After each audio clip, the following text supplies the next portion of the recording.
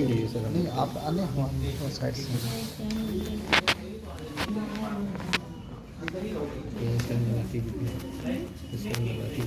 लगा के रखा है बैग में। टाइम में ले जाइए। हर फूल में ये पता नहीं कितना दिया क्या है। साइड में अच्छा ये आप किस फोटोज में अरे वो उनके साथ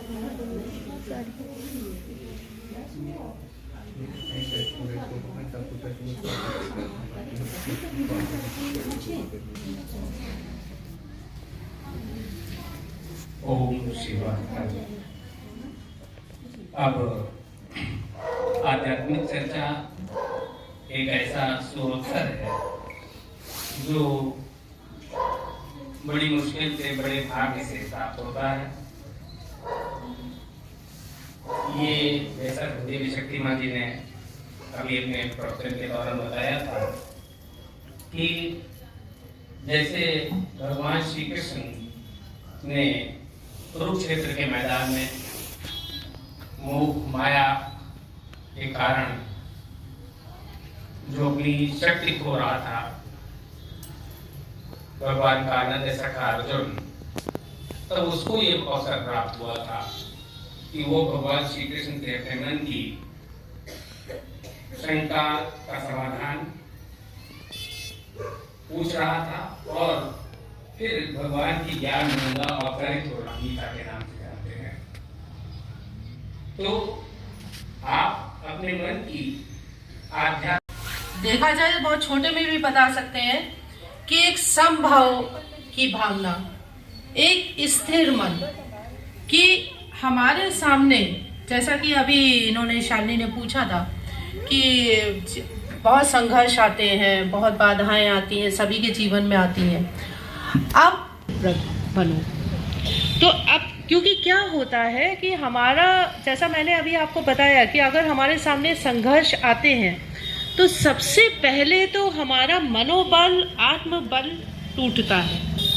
तो ये मनोबल, मन की शक्ति बहुत ही, मतलब ये ऐसे नहीं आती है, ये अगर टूट गई तो हमें सफलता तो हमें मिल ही नहीं सकती है। तो जीवन में आगे बढ़ने के लिए भी, और सच्चाई देखी जाए, जब हम कहते हैं हम सत्य मार्ग पे, धर्म के मार्ग पे बढ़ना चाहते हैं, फिर आया हमारा द्वापर युग में तो मालूम ही है कि क्या क्या हुआ, संघर्ष आए और यही लोभ आया मन में, राज्यपाट का लोभ आया, और उस रूप में देखा जाए तो ठीक है, पांडवों के सामने संघर्ष आया, लेकिन इन संघर्षों के साथ कौन आया?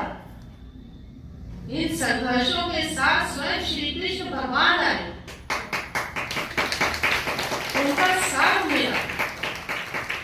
सफलता किसकी हुई? पांडवों की हुई। तो ये देखना है कि आज तो कलयुग है, कलयुग तो घनघोर अंधकार का ही पूरा युग है। अब ऐसे घनघोर अंधकार में अगर हम समझें कि कोई प्रकाश को समझने वाला, कोई सत्य को समझने वाला मिलेगा तो मिलेंगे, ऐसा नहीं है, कम मिलेंगे, ठीक है। तो ज्यादातर लोग, जब तुम इस मार्ग पे चलोगी तो इस मार्ग पे चलना माने तुम बहुत सारी ऐसे अंधविश्वासों का विरोध कर रही होगी, बहुत ऐसे रीति रिवाजों का विरोध कर रही होगी, जैसे बलि प्रथा, कुर्बानी,